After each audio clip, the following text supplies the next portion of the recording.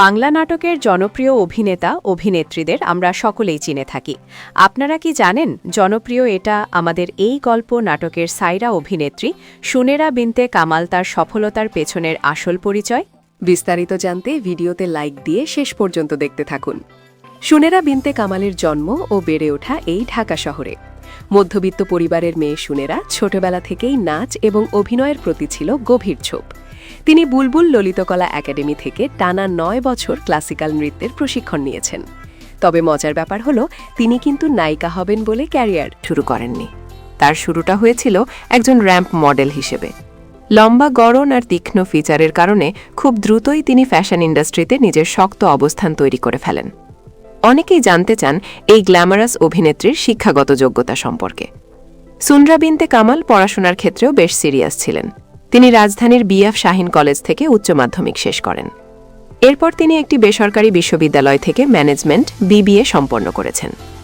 ছবি জগতের ব্যস্ততার মাঝেও তিনি পড়াশোনার ভারসাম্য বজায় রেখেছেন, যা অনেকের জন্যই অনুপ্রেরণাদায়ক।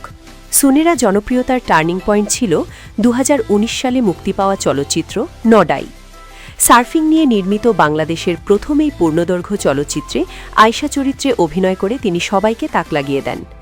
চট্টগ্রামের আঞ্চলিক ভাষায় কথা বলা থেকে শুরু করে উত্তাল সমুদ্রে সার্ফিং করা সবই তিনি করেছেন অসীম সাহসিকতায়।